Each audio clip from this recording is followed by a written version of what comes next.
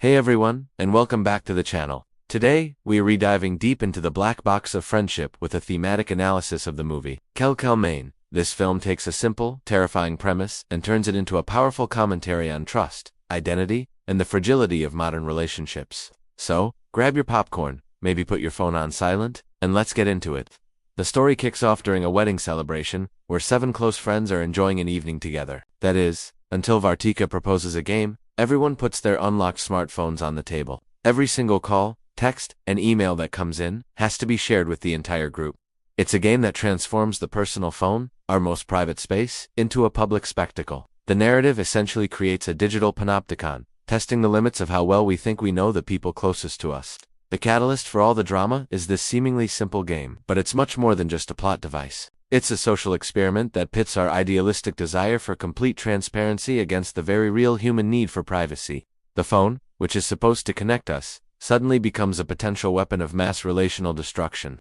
The initial reactions are fascinating and immediately set up a core tension.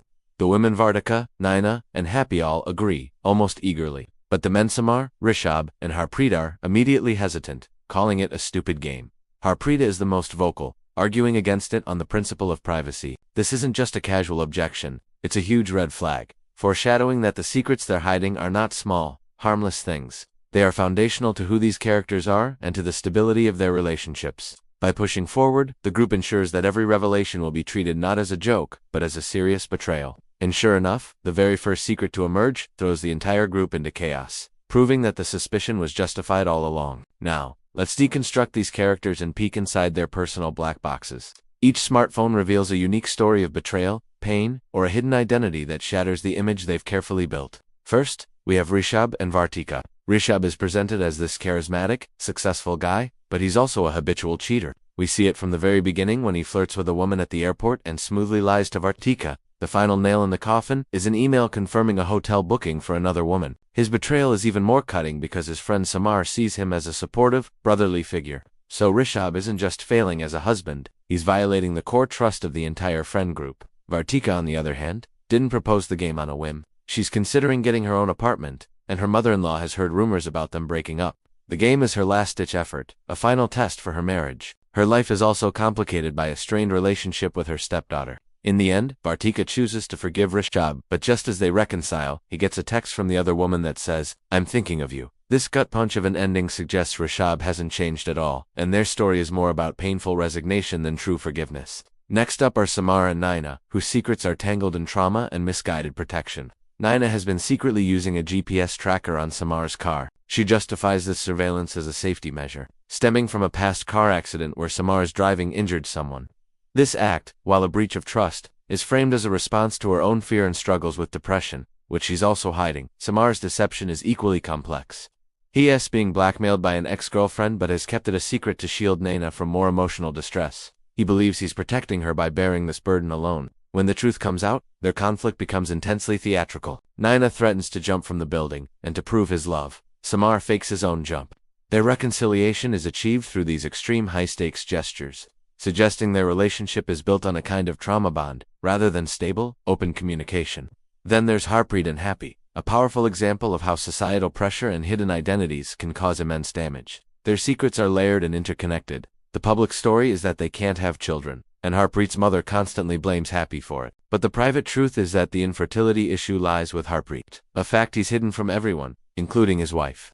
While he appears to be a conventional husband, he's also secretly communicating with a man named Akash, hinting at a hidden sexuality or a double life. In her desperation, Happy secretly fills out a form for a sperm donor. To protect his own secrets, Harpreet does something drastic. He swaps his identical phone with his friend Kabir. This act not only entangles an innocent friend in his crisis, but also dramatically raises the stakes for everyone. This brings us to Kabir, who initially becomes the unwilling scapegoat. Because of the phone swap, he's forced to take the fall for the incriminating messages from Akash. As the single guy in the group, everyone readily believes it, allowing Harpreet's secret to stay hidden a little longer.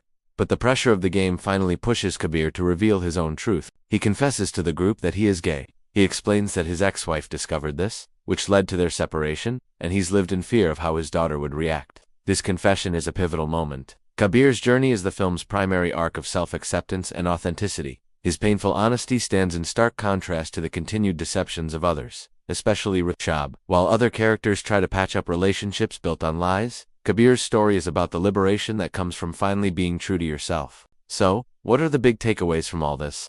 The movie brilliantly explores the duality of technology. The smartphone, our black box, is the central symbol. It's the very tool that connects us, but it's also the primary instrument for maintaining secret lives, facilitating affairs, and hiding who we truly are. Rishabh uses his phone for affairs, Harpreet uses his to maintain a hidden relationship, but it's the public exposure of these same devices that brings their lies crashing down. It's a fascinating paradox. The tools of modern connection are also the instruments of profound betrayal. The film also gives us a spectrum of forgiveness, not a one-size-fits-all happy ending. Samar and Naina have a dramatic, emotionally charged reconciliation. They choose to start over. Harpreet and Happy seem to reach a new understanding based on honesty, but it requires Happy to forgive multiple, difficult truths. But with Rishab and Vartika, the forgiveness feels hollow. Rishab's final text suggests he's unchanged, and their reunion feels more like a resignation to a painful reality. This makes you wonder, what's required for genuine forgiveness? The film suggests that without real change, it's just a temporary fix and a repeating cycle of betrayal. In conclusion, Kel Kel Main is a powerful cautionary tale about the curated personas we maintain in our digital lives. It argues that many modern relationships are built on a fragile, unspoken agreement not to look too closely at the cracks. The game shatters that agreement with devastating results. The film shows that while violent, absolute transparency can be destructive, refusing to confront deception is just as corrosive. Ultimately, in a world where technology records our every secret, the story suggests that true, lasting relationships depend not on a perfect public image, but on the courage to be authentic within a foundation of real trust. What did you guys think of the movie? Which character's story resonated with you the most? Let me know in the comments below. Thanks so much for watching, and if you enjoyed this analysis, don't forget to like, subscribe, and hit that notification bell for more content. See you in the next video.